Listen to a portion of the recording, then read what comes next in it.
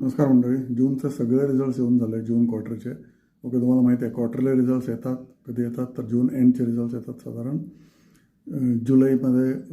15 जुलैच्या नंतर सुरुवात होते आणि सगळ्यात बेस्ट ज्या कंपन्या असतात त्या सटासट रिझल्ट येतात. त्यांचं सगळ्यात टॉप कंपन्यांचे रिझल्ट्स जुलै एंडपर्यंत संपून जातात किंवा नेक्स्ट मंथमध्ये सगळे संपून जातात. म्हणजे जूनचे रिझल्ट जुलै एंडमध्ये, ओके, डिसेंबरचे रिझल्ट जानेवारी एंडमध्ये, आणि या उरलेल्या कंपन्या असतात त्यांचे पुढील 15 दिवस किंवा अजून 1 महिना रिझल्ट चालूच राहतात. आणि स्पेशली मार्च यांचे रिझल्ट जे असतात ते पुढचे 2 महिने चालूच असतात. चांगल्या कंपन्यांना टिपिकली 1 महिना लागतो आणि इतर ज्या स्मॉल कॅप मायक्रो कॅप कंपन्या असतात त्यांचे 2 महिन्याच्या सुमारास कट ऑफ असतं BSE किंवा NSEची. तोपर्यंत तुम्हाला रिझल्ट द्यायलाच लागतात.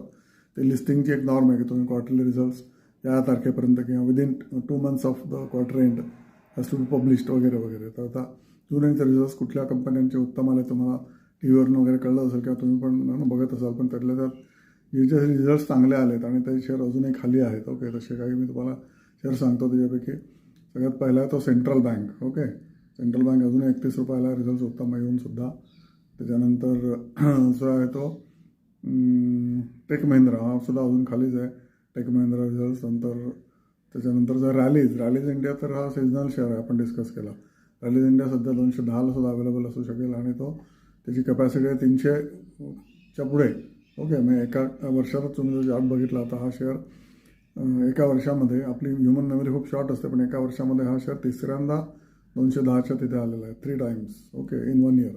आणि 3 times it has gone up to 260, 270 आणि 350 सुद्धा एकदा जाऊन आलेला आहे किंवा 320 सुद्धा एकदा जाऊन आलेला आहे. ओके, त्यामुळे ह्याची रेंज टिपिकली 320 ते 350 टॉप आणि बॉटमला टिपिकली 200 रुपये किंवा 210 रुपये अशी ही रेंज आहे. रॅलीज इंडिया ही टाटाची कंपनी आहे. ही पेस्टिसाईडमध्ये अग्रगण्य नसली तरी रिजनेबली मिडल लेवलला काम करते आणि टाटाची कंपनी असल्यामुळे DNA उत्तम आहे, फसवाफसवी नाही आणि सगळं रेग्युलरली चाललेलं असतं काम. आता सगळं टाटाच्या कंपन्याला ग्रहण लागलं आहे बिकॉज ऑफ चंद्रशेखर यांनी रिझाईन केल्यामुळे, नवीन चेअरमन कोण वगैरे वगैरे. पण या सगळ्या कंपन्या त्यातून तरुण जातील. आपल्याला फक्त आपला फायदा बघायचा आहे आणि त्याच्यामुळे रॅलीज इंडिया दिस इज ह्या पार्ट 1चा, म्हणजे जून एंडचे आपण बरेच पार्ट करतो, त्याच्यापैकी पार्ट 1चा हा सगळ्यात पहिला रेकमेंडेड शेअर आहे. अर्थात सोच कर समज कर इन्व्हेस्ट कर.